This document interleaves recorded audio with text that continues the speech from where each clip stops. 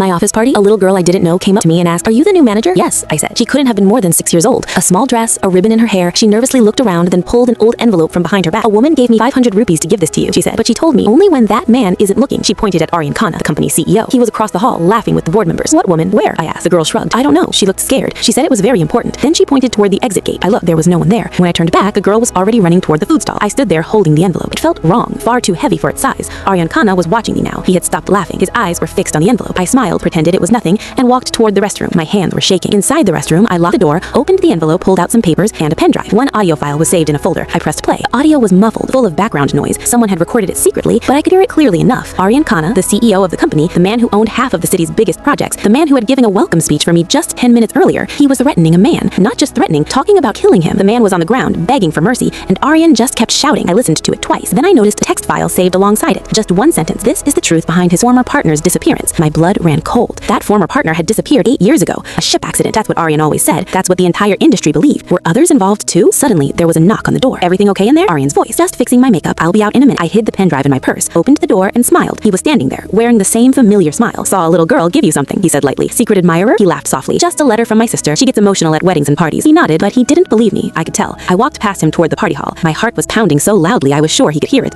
I needed to find Neelam. I needed to find my lawyer. I needed to understand what was really going on, but Aryan was following me, about 10 feet behind, casual, as if he were just heading the same way. Near the bar, I spotted my friend Kabir. He worked in the crime branch, handling financial fraud. He was there as a guest, but right now, I needed him as an officer. I grabbed his arm and pulled him behind the curtain. "I need you to see something right now. Don't react." I handed him the pen drive. He listened to the audio. His face didn't change, but his jaw tightened. "Where did you get this?" "A little girl said a crying woman in the parking area gave it to her. There's a text file too." He read it, then he looked up, scanned the party, and spotted Aryan standing near the stage, watching us. Kabir looked back at me and paused. "What do you know about the former partner?" I hesitated. I was told he drowned at sea, but now Kabir cut me off. "There was no accident. That case has been suspicious for years. We just never had proof." He held up the pen drive. "Until now." Just then, Aryan started walking toward us. Kabir slipped the pen drive into his pocket. "Go sit at your seat. Stay away from this family. I'll take care of it." "Take care of it? How?" I asked. "My job." I turned and hurried toward the front desk. My friend was sitting there, laughing, happy, unaware. I was about 10 feet away when Aryan stepped in front of me. "We need to talk," he said. His tone changed. The warmth was gone. "I need to get to my friend," I said. "She can wait." He grabbed my elbow tightly, smiling for the people watching. "Walk with me." He guided me toward the corner of the hall, away from the crowd, into the shadows. "That pen drive doesn't belong to you. I don't know what you're talking about." "Don't." His grip tightened. "I spent 20 years making sure that recording never came out. I'm not going to let a new manager ruin that." "Get los of me," I said, trying not to cause a scene. "Give it to me and this party stays pleasant. Your job stays safe. Understand?" "I don't have it." His face changed. The mask slipped. "Who does?" "The police." The color drained from his face. That's when Kabir appeared behind him, along with 2 other men in suits. "Aryan Khanna, we need to talk." Aryan released my arm, straightened his jacket, and put the smile back on. "This is my company's party. Whatever you think you have can wait." "It can't," Kabir said. He signaled to the 2 men. Quiet and professional, they escorted Aryan toward the parking lot without causing a scene. I stood there, shaking. Across the hall, my friend was looking at me, worried. I walked over, sat beside her, and took her hand. "I need to tell you something." I told her everything. She called the board members over. The full truth came out. The woman in the parking lot was Aryan's former secretary. She had worked for him for 18 years and stayed silent all that time out of fear. Agar aap chaho, main is English version ko aur cinematic, short, viral, or US narration style में भी polish कर सकता हूँ.